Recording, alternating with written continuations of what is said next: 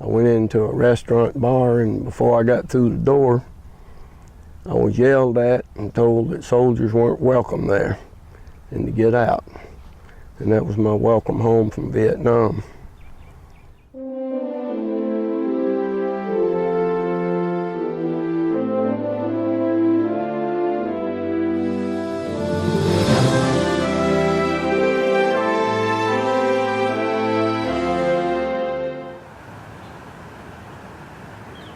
My mom and daddy built that house. Is that right? Yep.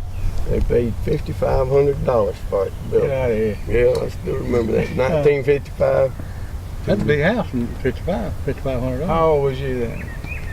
I was about 6 years old when we moved 55, you're older than 6. Yeah, I'm Stan Brown. I'm from Pendleton, South Carolina. I graduated from high school here in 1965. Right after graduation, I got drafted into the U.S. Army and spent 1968 or 66 and 1968 in the Army. I spent 1967 and 68 in Vietnam, where I got wounded in the Tet Offensive in 1968. When I got discharged in Oakland, California, you get discharged and you military greens. I went into a restaurant bar, and before I got through the door, I was yelled at and told that soldiers weren't welcome there and to get out. And that was my welcome home from Vietnam.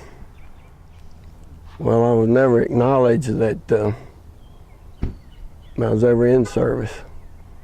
So I just had to come home and take up where I left off. What'd you end up doing for an occupation?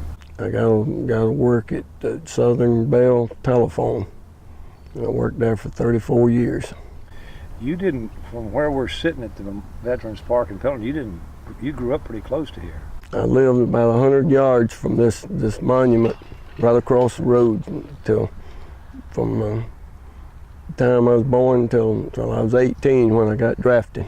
World War II veterans had a hard time talking about that service, and you've had a hard time relaying those stories. In fact, you just recently opened up to your wife. Why is it so hard, do you think? Well, my daddy was a World War II veteran, and I had two uncles, great uncles, that lived close by, named Paul and Bruce Duncan. They were both killed in World War II. So we always heard about those growing up. So we knew about World War II, and we knew what was coming in Vietnam. So. You are now part of an organization that's reaching out to other vets. Your mission with that organization, Veterans Helping Veterans, is what? That's exactly what we are, veterans helping veterans. We've all had similar experiences, and we meet once a week, and we talk about our problems, or we don't talk about anything. We're there to support each other. So we're the welcoming home group for the veteran. What are some of the success stories that you've experienced with that group? Some of the things you've been able to do to help folks? Well, there's the people open up in our group that normally don't tell their experiences or their problems, because they know we're all in the same boat.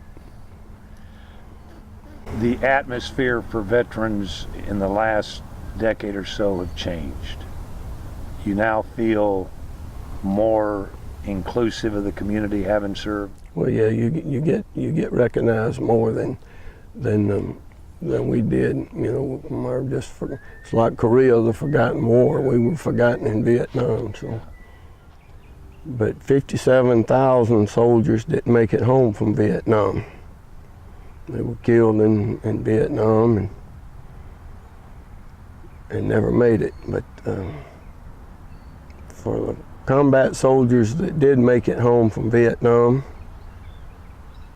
they have battles every day that they have to deal with. And if you know of a soldier that made it home, thank him for his service, and most of all, welcome him home. What is this Veterans Day going to mean to you? I'm hoping it'll mean that more people recognize the veterans. You know, Veterans Day always brings back experiences, some you don't want to bring back, and some that you do. Well, thank you for your service. Thank you.